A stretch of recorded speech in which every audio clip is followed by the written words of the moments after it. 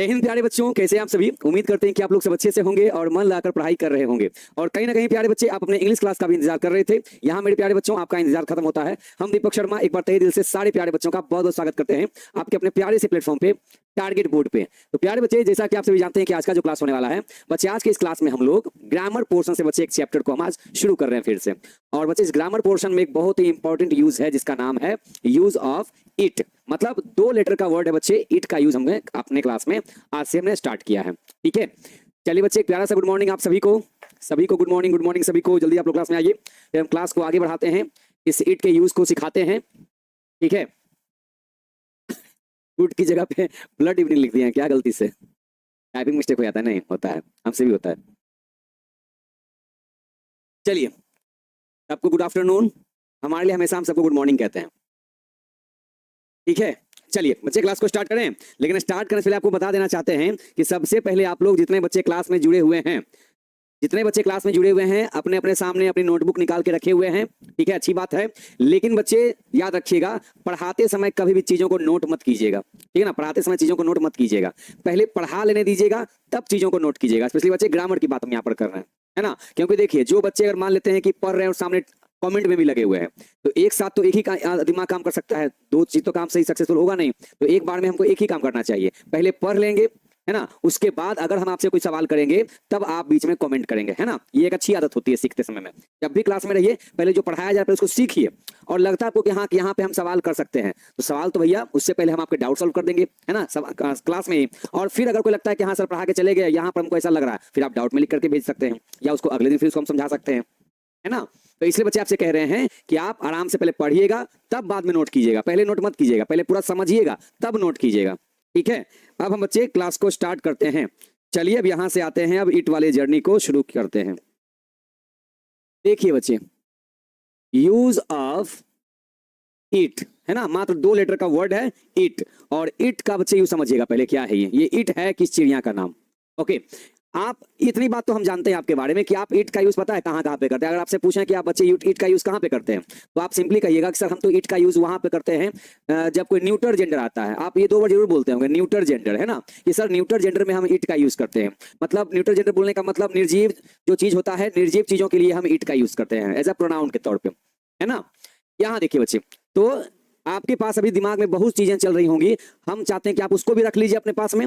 अब आपको जो हम जिस सिरे से सिखाना शुरू कर रहे हैं, आप वहां से सीखना शुरू कीजिएगा। क्योंकि जब भी हम ग्रामर के चैप्टर को शुरू करेंगे तो हमेशा बेसिक लेवल से शुरू करेंगे, एकदम बेसिक लेवल से, फिर मीडियम में जाएंगे, फिर एडवांस की तरफ में जाएंगे। ओके बच्चे, कभी कभी आपका डाउट ना बच्चे फंस भी सकता है। एक बच्चे ने कहा सर डाउट को 15 दिन हो गया।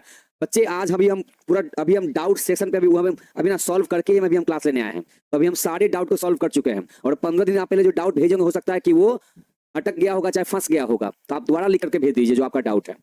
ठीक है, चलिए यहाँ देखिए बच्चे, तो इट का यूज अभी आपको हम समझाने जा रहे हैं। समझाने से पहले बच्चे कमेंट करते हैं सर फिर से समझाइए ना, अभी तो समझाना स्टार्ट किए हैं। यहाँ देखिए बच्चे, सबसे पहले ईट का हिंदी मतलब क्या होता है।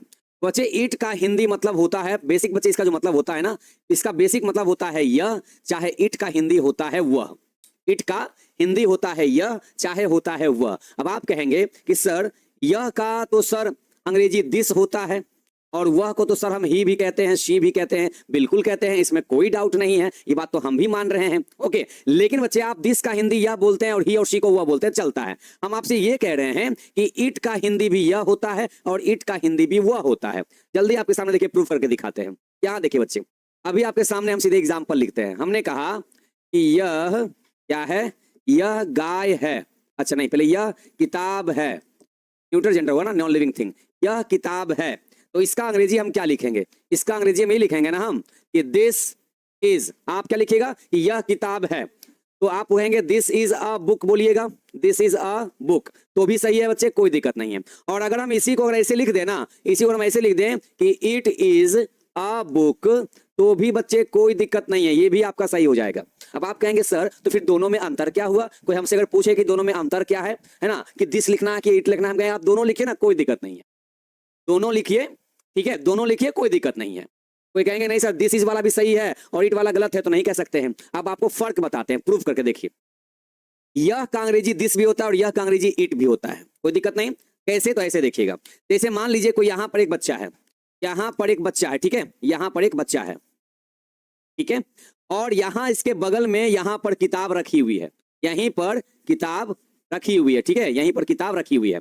तो हम लोग यह का अंग्रेजी दिस तब यूज करते हैं जब कोई सामान, जब कोई चीज है ना हमारे एक हाथ की दूरी पर रखी हुई हो, मतलब बगल में रखी हुई हो, तो वहां पर यह का अंग्रेजी दिस यूज करते हैं। और इसके पीछे का ग्रामर पता है क्या है, कि दिस आपका डेमोन्स्ट्रेटिव क्या होता है, प्रोनाउन होता है। दिस क्या है, डेमोन्स्ट्रेटिव प्रोनाउन। और डेमोन्स्ट्रेटिव प्रोनाउन का मतलब होता है जिसको हम इंडिकेट करके दिखाते हैं, मतलब इशारा करके बोलते हैं कि देखो यह किताब है, और जो चीज बगल में रखा हुआ हो और यह का अंग्रेजी निकालना हो तो आप दिस का भी यूज कर सकते हैं। जैसे कि मेरा एक हाथ की दूरी पर यहाँ पर एक बोतल रखा हुआ है, एक बोतल रखा हुआ है, तो हम क्या कहेंगे, कहेंगे दिस इज अ बॉटल। उसके बारे में बता रहे हैं कि दिस इज अ बॉटल, है ना, क्या कह रहे हैं, दिस इज अ बॉटल, मतलब वो चीज नजदीक में रखी हुई है, वो चीज नजदीक में रखी हुई है। तो बच्चे अगर यहां पर हिंदी निकला कि यह किताब है, इसका मतलब ये हुआ कि ये जो यह लिखा हुआ है ना, यहां पर किताब यहां बगल में बात कर रहा है, क्या है, वो किताब बगल में लिखा हुआ है, रखा हुआ है, इसलिए हमने क्या बोला, दिस इज अ बुक। और आप कहेंगे सर तो ईट का इसका यूज होगा, तो बच्चे याद रखिए आप नॉन लिविंग के बारे में बात कर रहे हैं। किसके बारे में, non living thing. Non living का मतलब क्या होता है, निर्जीव चीज। क्या होता है, निर्जीव चीज। तो निर्जीव चीज को दिखाने के लिए हम लोग यह का अंग्रेजी इट लिख सकते हैं, कोई दिक्कत नहीं है, कोई दिक्कत नहीं है, समझे बच्चे। तो यह किताब है, दिस इज अ बुक भी सही माना जाएगा, और यह किताब है का इट इज अ बुक भी सही माना जाएगा। क्यों, क्योंकि बच्चे यहां पर दिस का यूज हुआ है, नजदीक की चीजों को दिखाने के लिए हम लोग दिस का यूज करते हैं, और नॉन लिविंग मतलब निर्जीव चीजों को दिखाने के लिए हम लोग इट का यूज करते हैं, यह का अंग्रेजी। कोई दिक्कत नहीं है ना। तो आप दिस लिखिए चाहे आप इट लिखिए, फर्क बस इतना है कि आप नॉन लिविंग को दिखा के कह रहे हैं तो आप इट लगा दीजिए, आप कोई चीज को नजदीक में रखा हुआ है तो आप वहां पर दिस लगा दीजिए, कोई फर्क नहीं पड़ेगा इससे, ठीक है बच्चे, कोई फर्क नहीं पड़ेगा। अब आपका एक क्वेश्चन कि सर यहां पर ए क्यों लगा दिए, तो बच्चे हमने तो आपको आर्टिकल सिखा ही दिया है। जब देखिए, जब कोई वस्तु, जब कोई चीज, जब कोई नाउन अगर इसको है ना सिंगुलर हो, काउंटेबल हो, मतलब गिन सकते हैं, और उसके पहले एक लिखा हुआ नहीं है, फिर भी हम लोग आर्टिकल का यूज करेंगे क्योंकि वो सिंगुलर भी है और काउंटेबल है। अब ये सारी बातें हमने आपको आर्टिकल चैप्टर में बता दिया है, ठीक है बच्चे, समझे कि इट का यूज देखिए, हम इट का हम हिंदी यह भी निकालते हैं, यहां देखिए प्रूफ हो गया। अब एक बात रही क्या कि इट का यूज वह के लिए कैसे करते हैं, वह के लिए, है ना, वह के लिए कैसे करते हैं। तो देखिए बच्चे आपको एग्जाम्पल दिखाते हैं, एक और एग्जाम्पल दिखाते हैं। ये वाला हमने प्रूफ कर दिया ना, यह वाला हमने प्रूफ कर दिया कि यह का अंग्रेजी इट भी होता है, दिखा दिया किसके लिए, तो नॉन लिविंग के लिए। अब यह वह वाला प्रूफ करते हैं, देखिए वह मैं ही हूं या फिर वो मैं ही हूं, वह बोले चाहे वो बोले, वो मैं ही हूं या वह मैं ही हूं जिसने जिसने तुम्हारी जान बचाई है, जान बचाई है। देखिए इस तरह का सेंटेंस आप बोलते हैं कि नहीं बोलते हैं, बोलते हैं ना बच्चे। यहां देखिए तो वो मैं ही हूं या वह मैं ही हूं जिसने तुम्हारी जान बचाई है ना, वो तुम ही हो जिसको मैं खोज रहा था, है ना, हम लोग ऐसे बोलते हैं ना, ऐसे बोलते हैं। तो यहां देखिए बच्चे, इस वो चाहे वह का देखिए अंग्रेजी क्या होता है, देखिए इसको बोलते हैं इट इज आई, वो मैं ही हूं, ठीक है, it is I who, it is I who have saved, who have saved your life. तो देखिए इसका मतलब कि इट का बेसिक हिंदी यह भी हो सकता है और वह भी हो सकता है ना। यहां देखिए यह हमने क्यों लगाया, क्योंकि नॉन लिविंग मतलब निर्जीव चीज को दिखाया तो हमने यह का अंग्रेजी इट लगा दिया। और यहां देखिए वह, यहां देखिए वह या फिर वो काम देखिए हमने अंग्रेजी का लिखा, इट लिखा, वो मैं ही हूं, है ना, इट इज आई, यहां हमने देखिए क्या लगाया, इट लगाया, है ना। तो यहां पर हमने वो चाहे वह का अंग्रेजी क्या लिखा, इट लिखा। इसका मतलब कि इट का जो हिंदी होता है यह और वह, है ना, यह और वह, ये हमने आपको यहां पर लिख करके बता दिया कि मतलब इट का हिंदी यह और वह होता है, ये बात मानने के लिए है, मतलब ये होता है, ऐसा हमने आपको बना करके दिखा दिया। और इस तरह के सेंटेंस आप लोग बोलते भी हैं, लिखते भी हैं, इसमें कोई डाउट नहीं है। ओके, अब यहां देखिए बच्चे, ये तो इट का हमने आपको हिंदी मतलब बता दिया, ठीक है। अब देखिए सबसे बड़ी बात क्या लगता है बच्चों को ना, कि इट का यूज हम लोग सिर्फ नॉन लिविंग के लिए करते हैं, ऐसा बच्चे लोग समझते हैं। क्या समझते हैं बच्चे, अब यहां समझिएगा। वैसे तो इट का यूज नॉन लिविंग थिंग्स मतलब निर्जीव वस्तुओं, नॉन लिविंग थिंग्स के लिए करते हैं, बच्चे ध्यान से देखिए क्या लिखा हुआ है, वैसे तो इट का यूज नॉन लिविंग थिंग्स के लिए करते हैं, ये बात सब लोग जानते हैं, है ना, सब लोग जानते हैं। जैसे बोलना यह टेबल है ना, इट इज अ टेबल, यह कलम है, इट इज अ पेन, है ना। एग्जांपल आपको यहाँ पर फिर समझा देते हैं। यहाँ देखिए एग्जांपल है, जैसे कि बोला यह कलम है, तो आप यहाँ पर निर्जीव को दिखाने के लिए आप बोल देते हैं इट इज अ पेन, क्या बोलते हैं, इट इज अ पेन बोलते हैं। और क्या बोलते हैं, इसे बोला आपने कि यह आम है, यह आम है, तो आप क्या बोलते हैं, इट इज अ मैंगो बोलते हैं। अब यहाँ देखिए ये पेन और मैंगो क्या है बच्चे, ध्यान से देखिए, तो ये पेन और ये मैंगो क्या है, दोनों निर्जीव है कि नहीं, जा देखिए तो दोनों निर्जीव है कि नहीं है। तो बच्चे नॉन लिविंग थिंग्स को बोलते हैं हम लोग निर्जीव कहते हैं, क्या बोलते हैं, निर्जीव कहते हैं, है ना। यहां देखिए बच्चे, नहीं बच्चे इट्स मी जो होता है बच्चे ना, इट्स मी जिसको आप कहते हैं ना कि इट्स मी नहीं होगा सर, इट इज आई क्यों होगा, मी क्यों नहीं होगा बच्चे, इट्स मी स्पोकन इंग्लिश वाला फ्रेज है, ये स्पोकन इंग्लिश में चलता है। रिटन बच्चे ग्रामर इसको एक्सेप्ट नहीं करेगा, ग्रामर इसको एक्सेप्ट नहीं करेगा। ओके ये बच्चे यहाँ देखिए, तो ये बात तो सब लोग जानते हैं बच्चे, ध्यान सुनिएगा भी, कमेंट को थोड़ा सा करना बंद कीजिए। यहाँ देखिए वैसे तो इट का यूज नॉन लिविंग थिंग्स मतलब निर्जीव के लिए करते हैं, बिल्कुल सही बात है, देखिए बिल्कुल सही बात है, पेन और मैंगो निर्जीव है तो आपने इट का यूज कर लिया। लेकिन यहां बच्चे अब लग जाएगा लेकिन, क्या लगा दिए, बट लग गया, बट लेकिन, लेकिन इट का यूज सिर्फ और सिर्फ, सिर्फ और सिर्फ निर्जीव चीजों के लिए ही, निर्जीव चीजों के लिए ही होता है, तो ये कहना गलत है, ये कहना गलत है। फिर आप अगर ये बात कह रहे हैं ना, अगर आप ये बात कह रहे हैं कि इट का यूज नॉन लिविंग थिंग्स के लिए करते हैं, होता है, तो कोई दिक्कत नहीं है, बिल्कुल सही है। लेकिन अगर आप ये कहते हैं कि इट का यूज सिर्फ और सिर्फ निर्जीव चीजों के लिए ही किया जाता है, तो यहां पर आप गलत साबित हो जाएंगे। बचपन से हम यही पढ़ते तो आ रहे हैं कि इट का यूज नॉन लिविंग थिंग्स के लिए किया जाता है, लेकिन बच्चे आपको ना बड़ा इंटरेस्टिंग चीज लगेगा, आपको जो बताने वाले हैं ध्यान रखिएगा कि होता तो ये कहना गलत है, क्योंकि, क्योंकि इट का यूज, इट का यूज, ठीक है, इट का use non living, non living और लिविंग, लिविंग बोलने का मतलब सजीव, लिविंग बोलने का मतलब क्या हो गया, सजीव, मतलब निर्जीव और सजीव दोनों के लिए होता है, दोनों के लिए होता है। अब आप कहेंगे सर ऐसा कैसे हो गया, बचपन से तो हम यही पढ़ते आ रहे हैं कि इट का यूज तो खाली नॉन लिविंग थिंग्स के लिए होता है। तो बच्चे यही पर तो गलती करते हैं हम लोग कि बचपन वाली पढ़ाई में और अब वाली पढ़ाई में बहुत फर्क आ चुका है। ईट का यूज सिर्फ और सिर्फ निर्जीव चीजों के लिए ही वो अगर होता है, अगर आप भी ऐसा सोचते हैं तो आप भी यहां पर गलत हैं। ओके, क्योंकि ईट का यूज नॉन लिविंग मतलब निर्जीव और लिविंग सजीव दोनों के लिए होता है, दोनों के लिए होता है। लेकिन अब इसके पीछे का रीजन क्या है, इसके पीछे का कॉन्सेप्ट क्या है, तो बच्चे आपको कॉन्सेप्ट समझाते हैं। क्या समझाते हैं, कॉन्सेप्ट आपको समझाते हैं। क्योंकि देखिए नॉन लिविंग और लिविंग ये जो दोनों होते हैं बच्चे ना, नॉन लिविंग और लिविंग दोनों के दोनों न्यूटर जेंडर में आते हैं। सबसे बड़ी बात यहां पर न्यूटर जेंडर में, न्यूटर जेंडर में लिविंग और नॉन लिविंग दोनों आते हैं। हम बचपन से पढ़ते क्या रहे हैं कि न्यूटर जेंडर का मतलब होता है नॉन लिविंग चीज, ऐसा नहीं है। न्यूटर जेंडर में लिविंग और नॉन लिविंग दोनों आता है। बचपन में हमको खाली पढ़ाया गया था कि न्यूटर जेंडर जो होता है ना उसमें खाली नॉन लिविंग आता है, ऐसा है नहीं बच्चे, बिल्कुल गलत हमको पढ़ा दिया गया था।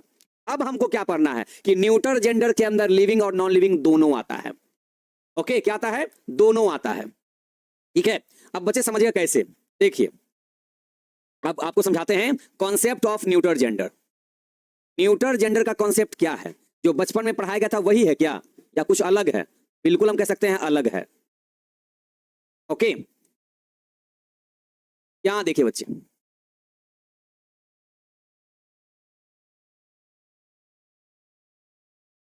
बच्चे ध्यान से समझिएगा न्यूटर जेंडर का कॉन्सेप्ट क्या है। देखिए कहते हैं न्यूटर जेंडर, न्यूटर जेंडर के अंदर वो नाउन आते हैं जो या तो सेंस में डिसेबल हैं, सेंस में डिसेबल हो या रिप्रोडक्शन में, या रिप्रोडक्शन में डिसेबल हो, डिसेबल हो, या दोनों में डिसेबल हो, वैसे ही नाउन को हम लोग कहते हैं न्यूटर जेंडर का नाउन कहते हैं। अब बच्चे इस बात को ध्यान से समझिएगा, हम क्या आपको बताना चाह रहे हैं, सुनिए। 4 तरह का जेंडर होता है, जानते हैं, होता है ना, मैस्कुलिन जेंडर होता है, फेमिनिन जेंडर होता है। मैस्कुलिन जेंडर बोलने का मतलब जैसे पुरुष का पता चलता है, फेमिनिन जेंडर बोलने का मतलब जैसे स्त्रीलिंग का पता चलता है, कॉमन जेंडर बोलने का मतलब जैसे जिसमें ना स्त्री और पुरुष है ना, स्त्री और पुरुष दोनों का पता चल जाता है, ठीक है। मतलब दोनों में से कुछ पता नहीं चल पाता है कि वो क्या है, स्त्री की पुरुष है, जैसे कि डॉक्टर स्त्री भी हो जाता है, पुरुष भी हो जाता है ना। चौथा होता है न्यूटर जेंडर, हम बच्चे इसी की बात कर रहे हैं, अभी हम पूरा जेंडर चैप्टर आपको नहीं पढ़ा सकते हैं, वो जब नाउन आएगा तब पढ़ाएंगे। बच्चे न्यूटर जेंडर भी होता है, जिसको हम बोलते हैं क्या, नपुंसक लिंग कहते हैं, जिसको क्या बोलते हैं, नपुंसक लिंग कहते हैं। उसके अंदर बच्चों को लगता था कि खाली निर्जीव चीज आता है, ऐसा नहीं है। न्यूटर जेंडर के अंदर देखिए क्या क्या आता है। न्यूटर जेंडर के अंदर वो नाउन आता है जो या तो सेंस में डिसेबल हो। अब सेंस बोलने का मतलब क्या होगा, बिल्कुल आप पूछेंगे, तो बच्चे यहां सुन लीजिए। सेंस को बोलते हैं बुद्धि, क्या बोलते हैं, बुद्धि। और डिसेबल को, और यहां देखिए, और रिप्रोडक्शन का मतलब होता है प्रजनन, क्या होता है, प्रजनन। इसका मतलब रिप्रोडक्शन का मतलब होता है प्रजनन, सेंस का मतलब होता है बुद्धि। और डिसेबल का मतलब क्या होता है, डिसेबल का मतलब होता है कि उसमें वो असमर्थ है, मतलब सक्षम नहीं है। क्या है वो, असमर्थ है, डिसेबल का मतलब, समझे। तो कहता है न्यूटर जेंडर के अंदर वो नाउन आते हैं जो या तो सेंस में डिसेबल हो, मतलब बुद्धि से पैदल हो, मतलब बुद्धि नहीं उनके पास है, या फिर वो प्रजनन नहीं कर सकते हो, मतलब प्रजनन करने में डिसेबल हो, मतलब कि खुद वो संतान को पैदा नहीं कर सकते हैं, संतान को जन्म नहीं दे सकते हैं, मतलब उनमें रिप्रोडक्शन करने की क्षमता ही नहीं हो। इसको आप कह सकते हैं डिसेबल का मतलब क्षमता नहीं होना। या फिर ना तो दिमाग है और ना ही रिप्रोडक्शन कर सकते हैं, तो भी वो न्यूटर जेंडर का नाउन कहलाएगा। कैसे, यहां देखिए, आपको बच्चे एग्जाम्पल दिखाते हैं। जैसे कि कोई जानवर, जैसे कोई भी जानवर का नाम बता दी, जैसे कि गाय, जैसे कि काऊ, ठीक है, जैसे कि डॉग, ये सब कौन से जेंडर के नाउन कहलाएंगे, ये सब कहलाएंगे न्यूटर जेंडर कहलाएंगे। अब आप कहेंगे सर न्यूटर जेंडर में तो खाली नॉन लिविंग आता है, ऐसा थोड़ी है। देखिए क्या आ रहा है, देखिए काऊ और डॉग, देखिए दो भी जानवर हैं ना, देखिए इनके पास क्या बुद्धि होता है, इनके पास क्या बुद्धि होता है, इंसानों जैसा। यहाँ बुद्धि बोलने का मतलब इंसान जैसा बुद्धि। अगर इंसान जैसा बुद्धि जानवर के पास होता अगर, तो आज हम लोग जंगल में घूम रहे होते और वो लोग क्या कर रहे होते, वो लोग हमारी जगह एसी में बैठे होते, है ना, ऐसा होता। तो इसका मतलब कि जानवरों के पास में सेंस डिसेबल है, मतलब बुद्धि में सक्षम नहीं है उतना जितना कि इंसान सक्षम है। और लेकिन काव हो चाहे डॉग हो, वो रिप्रोडक्शन कर सकते हैं। क्या कर सकते हैं, रिप्रोडक्शन तो कर सकते हैं, प्रजनन तो कर ही सकते हैं, वो संतान को जन्म दे सकते हैं। वो तो दो में से एक काम कर सकते हैं, लेकिन एक काम नहीं कर सकते हैं। तो क्या बोला, या तो दिमाग में सक्षम नहीं हो, या रिप्रोडक्शन में सक्षम नहीं हो, या फिर दोनों में नहीं हो। तो दोनों में कौन आएगा, तो देखिए दोनों में आपको बताते हैं। देखिए बेबी, क्या बता रहे हैं, देखिए बेबी, यहां देखिए बेबी। बेबी मतलब क्या होता है, बच्चा। बच्चा पास बताइए, क्या बच्चा के पास सेंस होता है, बच्चा जो गोद में होता है, चाहे चाइल्ड हो गया, चाहे चाइल्ड हो गया, 5 साल का बच्चा, 6 साल का बच्चा, इसको बोलते हैं चाइल्ड कहते हैं। क्या बताइए, क्या वो दिमाग उसके पास होता है, तो हल्का फुल्का चलिए होता है, लेकिन क्या वो उस एज में संतान पैदा कर सकता है, नहीं कर सकता है ना। तो दो में से किसी एक में वो क्या ऐसा होना चाहिए, असमर्थ होना चाहिए, मतलब नहीं कर पाता है। तो वैसे नाउन को रखा गया है किसमें, वैसे नाउन को न्यूटर जेंडर में रखा गया है। तो अब हम कह सकते हैं, एकदम प्रूफ हमने कर दिया कि न्यूटर जेंडर में सिर्फ और सिर्फ नॉन लिविंग ही नहीं, लिविंग भी आते हैं। जैसे यहां देखिए टेबल, पेन, बुक, ये सब क्या है, ये सब के सब देखिए न्यूटर जेंडर कहलाएंगे। और न्यूटर जेंडर के लिए इट का यूज किया जाता है, न्यूटर जेंडर के लिए इट का यूज किया जाता है। और न्यूटर जेंडर में देख रहे हैं, ये नॉन लिविंग भी आ गया, आपका लिविंग भी आ गया, मतलब सजीव भी आ गया, निर्जीव भी आ गया। तो ये वाला लाइन देखिए क्या हो गया, प्रूव हो गया कि वाकई बिल्कुल सही बात है। ये क्या हो गया, प्रूफ मिल गया हमको कि न्यूटर जेंडर में नॉन लिविंग खाली नहीं, दोनों आते हैं। कैसे, तो हमने आपको प्रूव कर दिया। ओके, अब आपको देखिए एग्जांपल लिख करके बताते हैं। प्यारे बच्चे, फिलहाल आपको हम पहले थोड़ा सा समझा देते हैं एक बार फिर से। देखिए अभी तक हमने क्या क्या पढ़ाया आपको, कि इट का हिंदी यह और वह दोनों होता है। यह किताब है, इसका अंग्रेजी दिस इज अ बुक भी सही है और इट इज अ बुक भी सही है। दिस हम लोग कब बोलते हैं, जब कोई चीज नजदीक में रखी होती है तब उसको हम दिखा करके बोलते हैं, इशारा करके बोलते हैं कि दिस इज अ बुक, मतलब बगल में एक किताब रखा हुआ है, इसलिए। हालांकि आप यह का अंग्रेजी आप इट भी यूज कर सकते हैं। तो देखिए इट का हिंदी यह हो गया, सही हो गया। फिर हमने कहा कि ईट का हिंदी वह भी होता है, कैसे प्रूफ है, यहाँ देखिए हमने कहा वह मैं ही हूं, हमने क्या बोला, देखिए हमने इसका अंग्रेजी क्या लिखा, ईट लिखा। तो यहाँ तो ये वाला पेज पूरा हमने समझा दिया आपको। यहाँ जब आए तो क्या पता चला कि वैसे तो ईट का यूज नॉन लिविंग थिंग्स के लिए होता है, वैसे तो ईट का हम इस्तेमाल कब करते हैं, जब किसी निर्जीव चीज के बारे में बताना हो तब। जैसे ये देखिए यह कलम है तो इट इज अ पेन, यहां हमने इट का यूज किया। यह आम है, आम क्या है, निर्जीव चीज है, हमने इट लगा दिया। यहां तक कोई दिक्कत नहीं था। यहां पर कहते हैं कि ईट का यूज सिर्फ और सिर्फ निर्जीव चीजों के लिए ही होता है, तो यह कहना गलत होगा, क्योंकि ईट का यूज नॉन लिविंग और लिविंग मतलब निर्जीव और सजीव दोनों के लिए होता है, क्योंकि न्यूटर जेंडर में ना लिविंग और नॉन लिविंग दोनों को रखा गया है। अब कहेंगे सर न्यूटर जेंडर कहते किसको हैं, सबसे बड़ा सवाल ये। तो देखिए इसको कहते हैं न्यूटर जेंडर के अंदर वो नाउन आते हैं जो या तो दिमाग नहीं लगा सकते हैं, या प्रजनन नहीं कर सकते हैं, या फिर दोनों नहीं कर सकते हैं। तो देखिए हमने क्या कहा, यहां देखिए हमने क्या कहा, हमने बोला जानवर, तो जानवर क्या कर सकते हैं, प्रजनन कर सकते हैं, लेकिन दिमाग नहीं लगा सकते, तो ये न्यूटर जेंडर। हम इसके बदले भी ईट लगा सकते हैं। यहां देखिए छोटा बच्चा, देखिए छोटा बच्चा ना तो दिमाग लगा सकता है ना ही रिप्रोडक्शन कर सकता है ना। ये देखिए टेबल, पेन, बुक, ये क्या है, ना तो ये दिमाग लगा सकता है, जैसे कि ये पेन अपने से उछल के वहां नहीं चल जाएगा, है ना, अपने से इसको ऐसे हवा में से फेंक देंगे तो अपने से नहीं लिखेगा, मतलब इसके पास इतना दिमाग नहीं है। और दूसरी चीज क्या, ये एक पेन से दो पेन नहीं बना सकता है, मतलब प्रजनन भी नहीं कर सकता है। तो क्या बोला, देखिए कि दोनों में डिसेबल हो तो भी न्यूटर जेंडर हो। इन सब के बदले हम ईट का यूज कर सकते हैं, बिल्कुल जो भी निर्जीव है चाहे सजीव है, हम दोनों के सेंस में ईट का यूज कर सकते हैं। अभी आपको हम करके दिखाते हैं। यहां देखिए हमने कहा बच्चे, आपको देखिए एक ऐसे लिख रहे हैं, गाय एक पालतू जानवर है, गाय एक पालतू जानवर है। इसका अंग्रेजी बच्चे क्या लिखेंगे, और फिर आगे मान लीजिए कि गाय पर आप ऐसे लिख रहे हैं, पहला लाइन कैसे लिखेंगे, ऐसे लिखिएगा ना, गाय एक पालतू जानवर है, यह दूध देती है। क्या बोलिएगा, यह दूध देती है। अब मान लेते हैं कि ये तो भाई हिंदी में हो गया, ये तो ऐसे आप निबंध हिंदी में लिख रहे हैं। जब अंग्रेजी में लिखिएगा तो कैसे लिखिएगा, ऐसे लिखिएगा द काउ, है ना, the cow is a domestic animal. पालतू को पेट भी कहते हैं, पालतू को डोमेस्टिक भी कहते हैं। छोटे छोटे जानवर, खरगोश, बिल्ली, कुत्ता, वो पेट एनिमल होता है, क्योंकि उसको हम इजीली कहीं पर ले जा सकते हैं। लेकिन गाय, भैंस, घोड़ा, ये सब क्या हो गया, ये सब डोमेस्टिक एनिमल कहलाता है, जो आपको सिर्फ हेल्प करता है आपके काम में। अब खरगोश है तो क्या हेल्प करेगा आपके काम में, खाना बना देगा आपके लिए, नहीं ना कुछ करेगा ऐसा, आपका सामान एक आप दो बोझा ढो देगा, नहीं ढोएगा, है ना। तो the cow is a domestic animal, इसको हम कहेंगे पालतू जानवर, डोमेस्टिक एनिमल। ये हो गया इस लाइन का अंग्रेजी। लेकिन यहां बोल रहा है यह दूध देती है, तो अब यहां यह का अंग्रेजी हम क्या लिखें, दिस लिख दें क्या, हाँ दिस लिख दें क्या यह का अंग्रेजी, बताइए क्या यहां पर हम इस यह का अंग्रेजी दिस लिख दें तो चलेगा, नहीं चलेगा।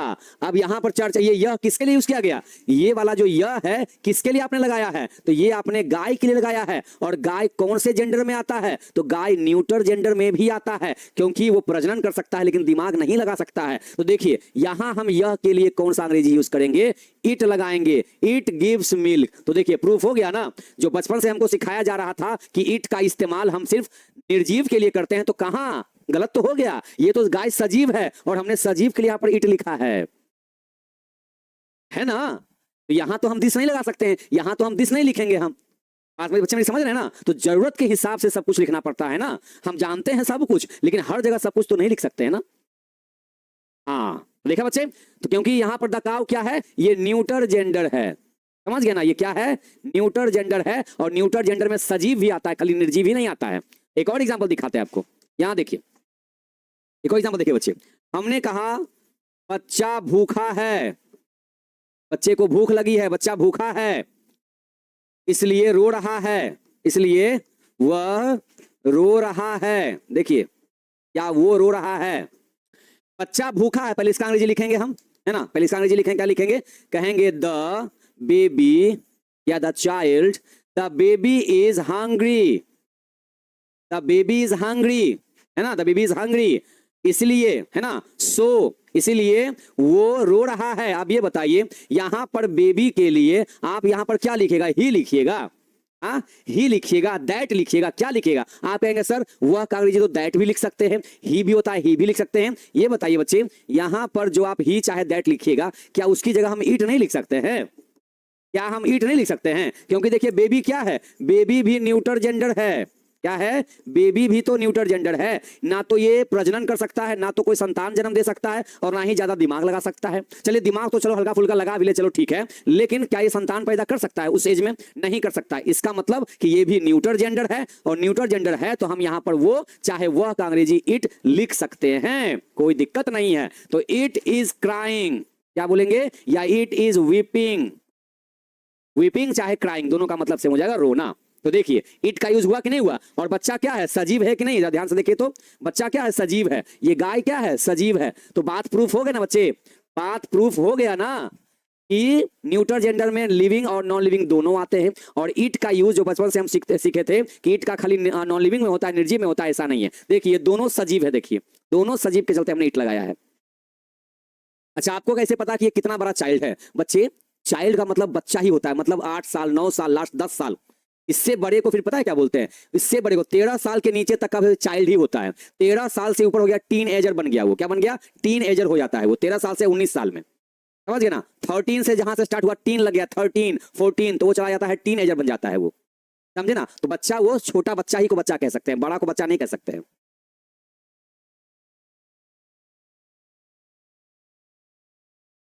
ठीक है बच्चे, तो याद रखिएगा, कोई कहे आपसे ना कि ईट का यूज तो होता है खाली नॉन लिविंग के चलते, तो लिख के दिखा दीजिएगा ये वाला, और नहीं माने ना, नहीं माने तो ये वाला रूल बता दीजिएगा। बहुत ही बच्चे एकदम भयंकर रूल है ये, एकदम बढ़िया से इसको नोट कर लीजिएगा, पढ़ाने के बाद क्लास खत्म होने के बाद नोट कीजिएगा। अभी हमने आपको समझा दिया ना, तो काफी है समझने के लिए इतना, ठीक है बच्चे। कोई जानवर रहे, कोई भी जानवर रहे, ठीक है, यहां बच्चे बात हो रही है नॉलेज की, है ना। अब यहां देखिए आपको एक एग्जांपल और दिखाते हैं, ये तुमने दिखा दिया लिविंग वाला एग्जांपल, सजीव वाला, एक निर्जीव वाला भी लगे हाथ डाल देते हैं, तो तीनों हो जाएगा सेट। यहां पर देखिए एग्जांपल है बच्चे, यहां पर देखिए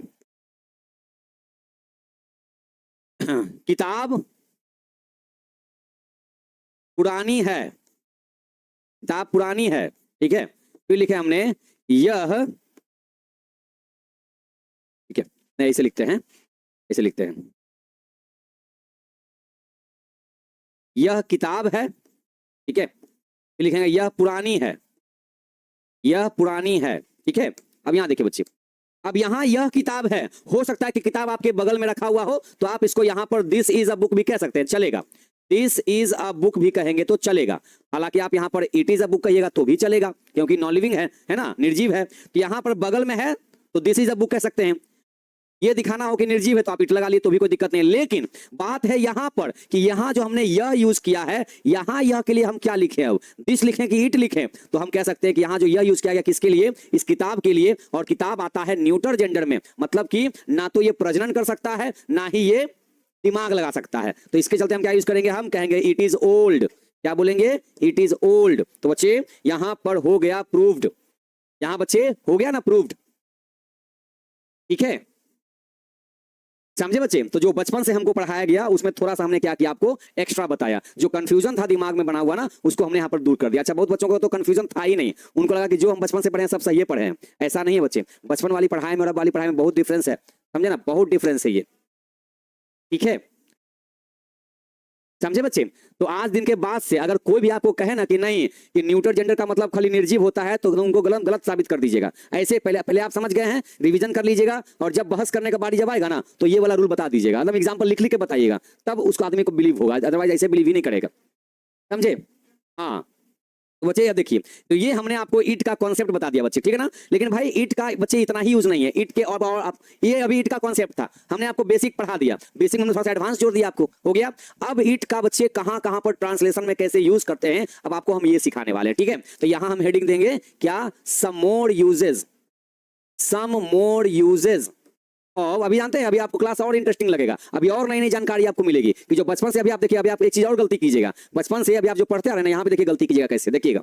सम बच्चे ये 2 लेटर का वर्ड है, लेकिन बड़ा इंटरेस्टिंग चीज है ये, कहते हैं देखने में छोटन लगे घाव करे गंभीर, ये बच्चे वो वाली बात है ये, समझते हैं ना। सम मोर यूजेस ऑफ इट, अभी इट के बच्चे आपको और भी यूज सीखने हैं, एकदम मजा आने वाला है इट के यूज सीखने में। चलिए अब देखिए यहाँ पर आपको बताते हैं, हम जबरदस्त चीज बता रहे हैं, सुनिएगा, सुनिए बच्चे। ईट का और हम लोग कहां कहां पे यूज करते हैं, सम मोर का मतलब कुछ और प्रयोग इस्तेमाल किसका, तो ईट का, तो ईट का है ना कुछ और इस्तेमाल हम लोग सीखने वाले हैं। तो दिस का यूज कब होगा? अरे भैया हमने कहा ना कि जब नजदीक वाली चीज को दिखाना हो तो दिस लगा दीजिएगा, जो एक हाथ की दूरी पर रखा हुआ है उसको दिस लगा दीजिएगा, हो गया। ठीक है, चलिए यहां देखिए बाबू, कहते हैं अब यहां से बच्चे हम लोग ट्रांसलेशन सीखने वाले हैं ईंट का, ठीक है ना। यहां देखिए, जिस सेंटेंस में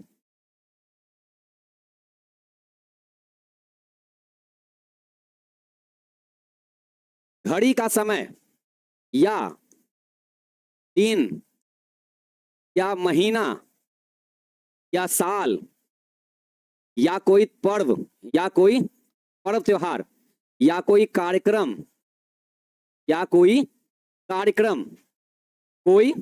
हो, ठीक है बच्चे, याद रखिएगा।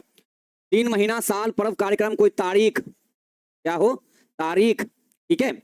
जब इसकी चर्चा होने लगे सेंटेंस में तो उस सेंटेंस को हम कैसे शुरू करते हैं और कैसे फिनिश करते हैं ये आपको हम सिखाने जा रहे हैं।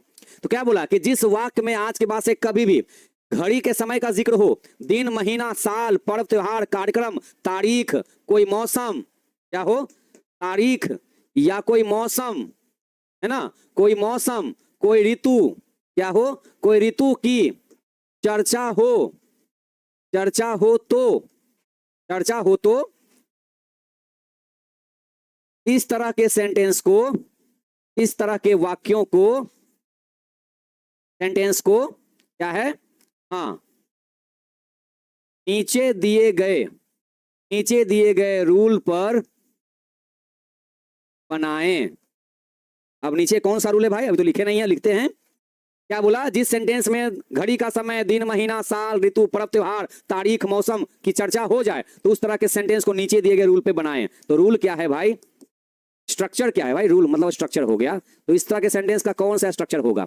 यहां देखिए बच्चे, सबसे पहले यहां पर इसका स्ट्रक्चर हो जाएगा इट, और इट के बाद आप यहां पर चाहे इज लगाइए चाहे वॉज लगाइए, ठीक है। और उसके बाद जो भी आपका टाइम वाला वर्ड रहेगा वो लगाइएगा। क्या बोला मैंने? यहां पर देखिए कितना सिंपल स्ट्रक्चर देखिए, इट से स्टार्ट करेंगे, मतलब इस तरह के सेंटेंस को भी ना अंग्रेजी में इट से स्टार्ट करते हैं, और बहुत सारे बच्चे भी यहां पे गलती करते हैं, बहुत सारे बच्चे यहां पे गलती करते हैं, ठीक है।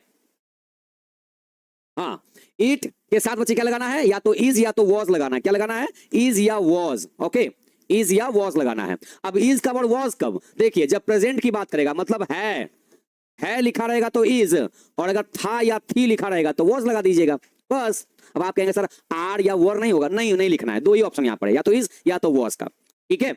अब देखिए बच्चे, इसी को ये देखिए क्या सिंपल, मतलब अफर्मेटिव तरीके से पॉजिटिव सेंटेंस। इसी को अगर हम नेगेटिव तरीके से अगर कहेंगे जिसमें नॉट लगाना हो तो क्या लगाएंगे? देखिए इट लिखेंगे, उसके बाद इज या वॉज लिखेंगे, और उसके बाद फिर देखिए नॉट लगा देंगे, और उसके बाद फिर क्या लिखेंगे? टाइम लिख देंगे। क्या लिख देंगे? टाइम वाला वर्ड लिख देंगे। ये हो गया नेगेटिव सेंटेंस के लिए, ठीक है ना। और बच्चे तीसरा रूल, इसका तीसरा रूल होता है इंट्रोगेटिव के लिए। किसके लिए? इंट्रोगेटिव के लिए, मतलब प्रश्न वाले के लिए, ठीक है ना। इंट्रोगेटिव के लिए क्या रूल हो जाएगा? तो इज या वॉज को पहले लिखेंगे, उसके बाद यहां पर इट को लिखेंगे, फिर उसके बाद हम लिखेंगे टाइम को लिखेंगे, और लगा देंगे क्वेश्चन मार्क, मतलब इंट्रोगेटिव सेंटेंस के लिए। और इंट्रोगेटिव नेगेटिव वाला रूल हो तो भी सेम होता है, इज या वॉज प्लस इट लिखेंगे, और यहां पर नॉट लगाएंगे, और उसके बाद यहां पर टाइम लिखेंगे और क्वेश्चन मार्क, ओके बच्चे। ये हमने आपको ये बता दिया स्ट्रक्चर। तो आप कहेंगे सर चार स्ट्रक्चर क्या कर रहा है यहाँ पर? चार स्ट्रक्चर बच्चे, चार स्ट्रक्चर इसलिए ये हो गया सिंपल सेंटेंस के लिए, ये पहला वाला सिंपल सेंटेंस के लिए, जैसे कि आज सोमवार है, पहला सेंटेंस सिंपल हो गया। दूसरा हमने बोला इसी को आज सोमवार नहीं है, तो उसके लिए रूल नंबर 2 वाला नेगेटिव वाला। फिर हमने पूछा कि क्या आज सोमवार है, उसके लिए रूल नंबर 3 वाला। फिर हमने कहा क्या आज सोमवार नहीं है, तो वो चौथा वाले रूल पे चल जाएगा। तो पहला देखिए पॉजिटिव होता है अफर्मेटिव, दूसरा नेगेटिव, तीसरा इंट्रोगेटिव, चौथा इंट्रोगेटिव और नेगेटिव एक साथ में, ओके।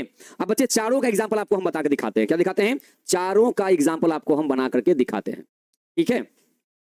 देखिए बच्चे, यहां देखिए हमने एक सेंटेंस लिखा, आज सोमवार है, ठीक है। आज कौन सा दिन हो गया? शुक्रवार हो गया ना, शुक्रवार लिखते हैं। आज शुक्रवार है, आज शुक्रवार है। अब इसका अंग्रेजी क्या लिखिएगा? मन तो करेगा ऐसे लिखने का, आज शुक्रवार है ना। अब कौन सा रूल लगाइएगा? पहला नंबर लगाइएगा ना, लेकिन उससे पहले आप क्या लिखिएगा? ऐसे लिखिएगा इसको, नहीं, टुडे इज फ्राइडे। क्या बोलिएगा? टुडे इज फ्राइडे, ऐसे लिखिएगा, टुडे इज फ्राइडे, आज मेरा जन्मदिन है, आज मेरा जन्मदिन है, टुडे इज माय बर्थडे। आज 10 तारीख है, आज 9 तारीख है, टुडे इज 9 डेट, ऐसे लिखिएगा ना, है ना। आज शुक्रवार है, टुडे इज फ्राइडे। हम लोग अक्सर बच्चे सेंटेंस को ऐसे लिखते हैं, आज मेरा जन्मदिन है, टुडे इज माय बर्थडे, ऐसे लिखते हैं ना। आज मेरा जन्मदिन है, तो कैसे लिखते हैं, ऐसे लिखते हैं, टुडे इज माय बर्थडे, है ना, तो बोलते हैं बर्थडे। आप बच्चे इसको ऐसे लिखते हैं, today is my birthday, today is Friday, ऐसे बोलते हैं ना बच्चे। आज के बाद से आपको ऐसा नहीं बोलना है, क्योंकि ये बच्चे दोनों सेंटेंस आपका रॉन्ग है, दोनों सेंटेंस आपका गलत हो जाएगा। अभी तक आप ऐसे बनाते आ रहे थे, अब नहीं बनाना है, क्योंकि रूल कहता है क्या, जिस सेंटेंस में घड़ी का समय, दिन, देखिए क्या है, शुक्रवार क्या है, दिन का नाम है, महीना, साल, पर्व, कार्यक्रम, कार्यक्रम में कौन सा कार्यक्रम, बर्थडे वाला कार्यक्रम, क्या हो गया। तो जब भी किसी सेंटेंस में इस तरह की चीजों की चर्चा हो, तो इस तरह के सेंटेंस को नीचे दिए गए रूल्स पर बनाइए। क्या ये रूल्स पर बना हुआ है, जरा देखिए तो, क्या ये रूल्स पर बना हुआ है। रूल्स में क्या बोला, पहले ईट लिखो, ईट लिखो, और आपने क्या बोला, टुडे लिख दिया आपने। ये कौन सा रूल है भाई, ये तो आज तक कभी रूल ग्रामर में बना ही नहीं है। कितना भी आप किताब पलट के देख लीजिए, आज तक ऐसा रूल बना ही नहीं है। तो सही क्या होगा, तो बच्चे क्या होगा सही, सही ये होगा, क्या होगा, सही ये होगा। अब सही करके बना दिखाते हैं। आज शुक्रवार है, क्या कहेंगे, रूल क्या बोला, पहले ईट लिखो, जैसे रूल कहेगा वैसे चलेगा ना। पहले बोला ईट लिखो, और है का अंग्रेजी इज लिखो, और जो भी टाइम है लगा दो, हो गया, इट इज फ्राइडे। और लास्ट में क्या बचा, आज, तो लगा दीजिए टुडे। ये हुआ बच्चे प्रॉपर इंग्लिश ना। इट इज फ्राइडे टुडे, आज शुक्रवार है, तो पहले हम इट से स्टार्ट करेंगे, टुडे से नहीं।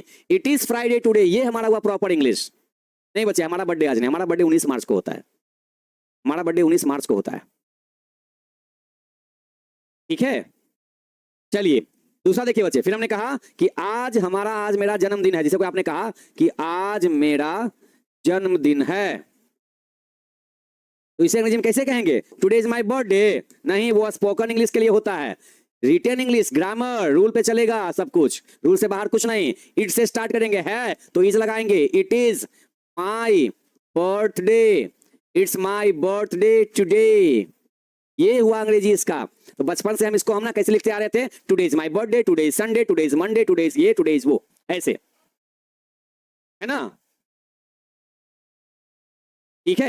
अभी बच्चे बहुत कुछ बाकी है। अब देखिए, अब आपके सामने एग्जांपल हम लिखते हैं, आप बनाते जाइएगा, ठीक ना। अभी मैंने आपको समझा दिया है, अब बनाइए, जरा बनाइए तो। कल गुरुवार था, जरा बनाइए तो बच्चे, क्या होगा, कल गुरुवार था, कैसे बनेगा, कैसे बनेगा, कल गुरुवार था, कैसे बनेगा बच्चे, तेजी से बना दिखाई तो, बच्चे जल्दी से बना दिखाइए, कल गुरुवार था कैसे बनेगा। हाँ, कल गुरुवार था। अरे भाई भी कैसे होगा वो बात की बात है, पहले हम जो दे रहे हैं पहले बना के दिखाइए ना फटाफट जल्दी से, जो हम दे रहे हैं पहले आप उसको बना के दिखाइए ना। गुरुवार को वेंसडे कहते हैं कि गुरुवार को थर्सडे कहते हैं, ओके। हाँ देखिए सही बनेगा ना। अब ये नहीं बनेगा कि यस्टरडे वाज थर्सडे, नहीं, क्या बनेगा, ऐसे इट के साथ क्या लगाएंगे, वॉज लगाएंगे, क्योंकि था थे थी है तो वॉज लगाएंगे, और थर्सडे का स्पेलिंग सही सही लिख देंगे, थर्सडे। बच्चा याद रखिएगा, ये थर्सडे नहीं है, ये थर्सडे नहीं पढ़िएगा इसको, ये थर्सडे है, क्या है, थर्सडे, क्या ये, थर्सडे, ओके, थर्सडे नहीं होता है ये। इट वॉज थर्सडे, और कब, तो बीता हुआ कल, बीता हुआ कल का अंग्रेजी होता है यस्टरडे, क्या बोलते हैं, यस्टरडे कहते हैं, कल गुरुवार था, है ना। आगे देखिए बच्चे, और सेंटेंसेस हैं, बना के दिखाइए। हमने कहा कि कल, कल शनिवार होगा, कल शनिवार होगा। अच्छा, गागे की मतलब फ्यूचर की बात कर दिया, तो बच्चे गागे की का अंग्रेजी पता है क्या होता है, बच्चे गागे की का अंग्रेजी होता है शैल या विल होता है। तो आपको बच्चे क्या लगा देना है, देखिए जब यहां पर है तो इज लिखा, था थे रहेगा तो वॉज लगा दीजिएगा, ठीक है। वही बच्चे आपको अलग से बता देते हैं, अगर होगा होगी लिखा रहे, होगी या होगा, तो आप उसका अंग्रेजी लिख दीजिएगा विल बी, क्या लिखिएगा, विल बी लिखिएगा, ओके। है रहेगा तो इज, था रहेगा तो वॉज, होगा होगी रहेगा तो क्या लिखिएगा, विल बी लिखिएगा, ओके। तो देखिए क्या है, कल शनिवार होगा, तो होगा क्या हो गया, विल बी। तो बनाइए कैसे बनेगा, हाँ विल नहीं बच्चे, विल बी। विल का मतलब होता है खाली आगे की, लेकिन होना का उसका तो बी लिखना पड़ेगा ना। हाँ सही जा रहे हैं बच्चे एकदम बिल्कुल। कल शनिवार होगा तो हम कहेंगे इट विल बी। देखिए विल का मतलब गागेगी और होना का बी हो गया अंग्रेजी। इट विल बी क्या, Saturday. It will be Saturday. कब, तो आने वाला कल, आने वाला कल ना, फ्यूचर की बात किया, आने वाला कल, तो उसका अंग्रेजी होता है टुमारो। क्या बोलते हैं, टुमारो। बीता हुआ कल का अंग्रेजी होता है यस्टरडे, आने वाले कल का अंग्रेजी होता है टुमारो, और आज का होता है टुडे। तो हो गया ना, it will be Saturday. Yesterday नहीं बच्चे, टुमारो लिखिए, टुमारो लिखिए, टुमारो। ठीक है ना। तो देखिए बचपन से हम क्या गलती करते आ रहे थे, ऐसे लिखते थे ना, कोई पूछता था वो इसका अंग्रेजी क्या होगा जी, आज शनिवार है, आज आज मंगलवार है, आज रविवार है, तो टुडे इज संडे। क्या बोलते हैं, टुडे इज संडे, ऐसे बोल देते हैं, है ना। अभी तक बोलते आ रहे थे, बट अब नहीं बोलना है, अब नहीं बोलना है, अब वैसा नहीं लिखना है, अब बिल्कुल प्रॉपर रूल पे चलना है। क्यों, क्योंकि अब हम क्लास 10th में आ चुके हैं, अब हमको इतनी नॉलेज हो चुकी है। ठीक है, तो टुडे इज संडे ये सब नहीं चलेगा अब। ठीक है, सही है ना। चलिए बहुत हमारे बच्चे यहाँ देखिएगा, तो ऐसा करते हैं बच्चे, एक सेंटेंस आउट देते हैं, उसके बाद फिर आपको होमवर्क दे देंगे, ठीक है ना, फिर आपको हम होमवर्क दे देंगे। 1947 का समय था, इसको अंग्रेजी में कैसे कहेंगे, 1947 का समय था, कैसे बनाएंगे।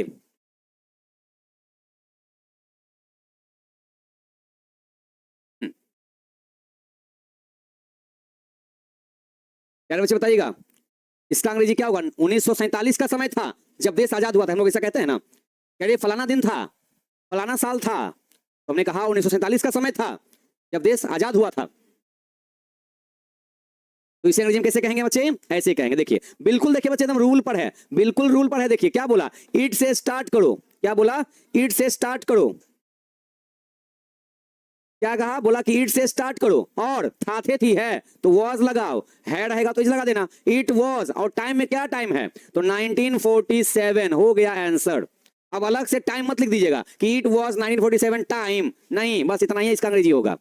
ये तो आपको खाली ऐसी बेवकूफ बनाने के लिए लिख दिया जाता है स्टूडेंट को कि समय का अंग्रेजी, ताकि बच्चा समय को अंग्रेजी में क्या लिखे, टाइम भी वहां पर लिख दे। ऐसा बच्चे गलती नहीं करना है, ठीक है ना। 1947 का साल था, यहां पर हो सकता है कि समय की जगह पर लिख देता साल था, तो क्या करते, इट वॉज 1947 ईयर लिखते, क्या ऐसे लिखते, तो भी गलत हो जाता है। बस इतना ही लिखना है, 1947 का समय था चाहे 1947 का साल था, कुछ भी रहेगा उतना मतलब नहीं है, ये अलग से ही सब वर्ड का अंग्रेजी नहीं लिखना है हमको। ओके, बस it was 1947, it was 1947 when India became independent. 1947 का समय था जब देश हमारा आजाद हुआ था। It was 1947 when India became free.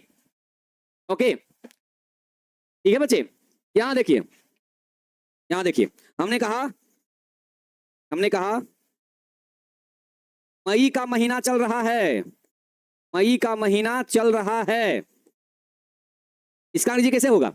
तो आपने पहले ही समझ लिया है कि आज के बाद जिस भी सेंटेंस में घड़ी का समय या दिन या महीना या साल, पर्व, कार्यक्रम, तारीख, मौसम, ऋतु की चर्चा हो, तो इस तरह के सेंटेंस को नीचे दिए गए रूल पे बनाइए, यही आपका रूल है, इससे बाहर नहीं बनेगा, तो नहीं बनेगा। मई का महीना चल रहा है, प्रेजेंट की बात है, मतलब किससे करेंगे हम, इसको ऐसे बनाएंगे, इट से स्टार्ट करेंगे, किससे, इट से स्टार्ट करेंगे, और फिर लिखेंगे इज, लिखेंगे, क्या लिखेंगे, इट के साथ इज लिखेंगे, और फिर क्या लिखेंगे, भाई महीने का नाम क्या है, मई, तो बस इट इज मे। अब ये नहीं कि महीना का अलग से यहां पर मंथ लिखेंगे, it is May month, it is May month, it is month of, ऐसे कुछ नहीं करना है बस। अच्छा बताइए, मई क्या है, महीना का नाम है, 47 क्या है, साल का ही नाम है, तो अलग से हमको ईयर चाहे मंथ लिखने का कोई फायदा नहीं है, बस हो गया, इट इज मई। अब आप कहेंगे सर चलना का तो वॉक होता है, अरे भाई वॉक तब यूज करते हैं जब किसी के पास टांग हो, मई के पास कौन सा टांग है कि वो चलेगा, है? तो मई का महीना चल रहा है, इट इज मे। तो बच्चे ऐसी गलती करने से आपको बचना है, अब समझ गए ना। तो चलिए ये वाला हो गया पार्ट आपका डिस्कस हो गया। अब ऐसा करते हैं, आपको देते हैं होमवर्क। चलिए सारे बच्चे फटाफट जल्दी से होमवर्क नोट करेंगे, और होमवर्क हम जब कल क्लास लेंगे ना तो उसमें आपको फिर हम मैच करेंगे। लेकिन हाँ, कल तो सैटरडे है, कल आपका तो टेस्ट है, सारे बच्चों का कल टेस्ट होगा, और कल कोशिश करना है कि बुक से कम 40+ नंबर आना चाहिए, 40+ नंबर आना चाहिए कल के क्लास में, ठीक है। कल बच्चे टेस्ट होगा, हम होमवर्क दे रहे हैं, ये आपको हम चेक करेंगे कब, ये सीधे चेक होगा समझिए कि मंडे को, इसका मतलब बीच में आपके पास टाइम है ईट के चैप्टर को रिवीजन करने का। ओके, चलिए बच्चे देखिए, एक सुबह थी,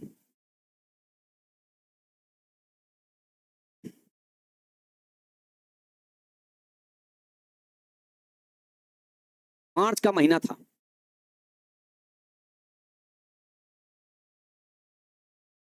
गर्मी का मौसम था,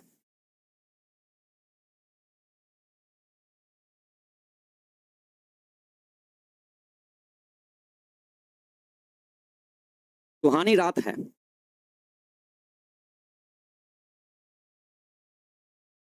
आज 9 तारीख है। आज 9 तारीख है। ओके, चलिए तो प्यारे बच्चे ये रहा आपका होमवर्क और आपको सेंटेंस को बना के लाना है अच्छे से, ठीक है ना, एकदम बिल्कुल रूल पर बन के आना चाहिए बच्चे, बिल्कुल रूल पे आना चाहिए। ये सब सारे सेंटेंस बिल्कुल रूल पे बन के आना चाहिए। सुहानी को बोलते हैं प्लीजेंट, यहाँ पर आपको वर्ड दे देते हैं, सुहानी को बोलते हैं प्लीजेंट कहते हैं, ठीक है ना। चलिए हो गया बच्चे। हाँ तो बच्चे ये रहा आपका आज का होमवर्क। आई होप कि आपका बच्चे आज का क्लास बहुत अच्छा लगा होगा। बहुत सारी चीजें आपने नई नई चीजें सीखी हैं आज, उसको अपने पास रखिए, पहले रिवीजन कीजिए और जब कोई आपको कोई गलत साबित करने की कोशिश करे तो उनको ये वाला रूल समझा दीजिएगा, ठीक है ना। चलिए बच्चे तो मिलते हैं कल के क्लास में टेस्ट में, बिल्कुल एकदम बच्चे इसी टाइम पर मिलेंगे टेस्ट में आपके साथ हम, और कल जो भी क्वेश्चन रहेगा उससे कम से कम अच्छा खासा क्वेश्चन आपका बन के आना चाहिए, ठीक है बच्चे। तब तक के लिए आप हंसते रहिए, मुस्कुराते रहिए और जो भी कुछ आपने सीखा है उसका रिवीजन करते रहिए, ठीक है बच्चे। तब तक के लिए